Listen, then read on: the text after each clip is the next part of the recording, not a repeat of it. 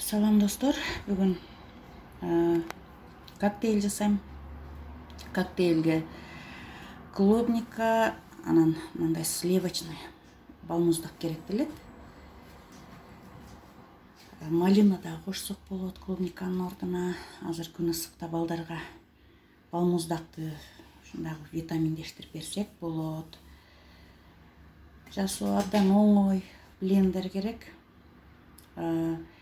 300 граммдай клубниканы блендер идишине салабыз.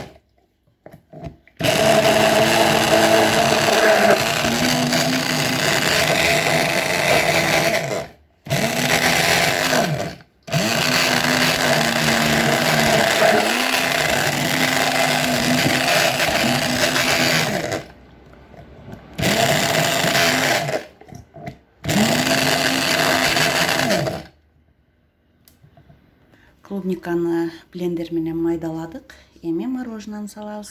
Мороженое дайыма ак, шоколадный эмес, мындай сливочный мороженое керек делет.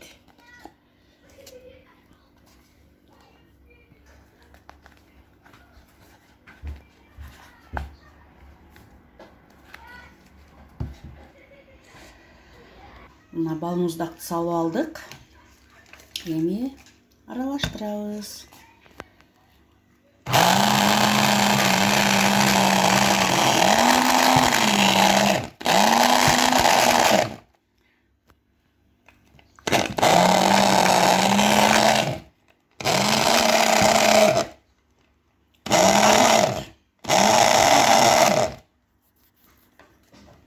И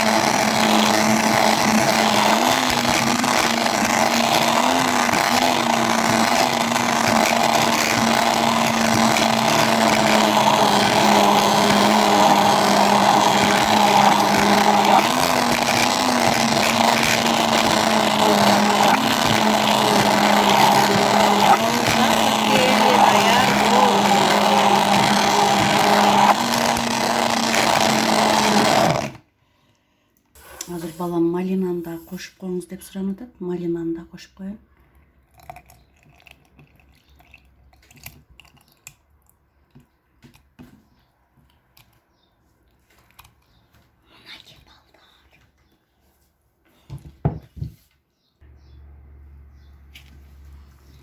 Малинаны да коштук.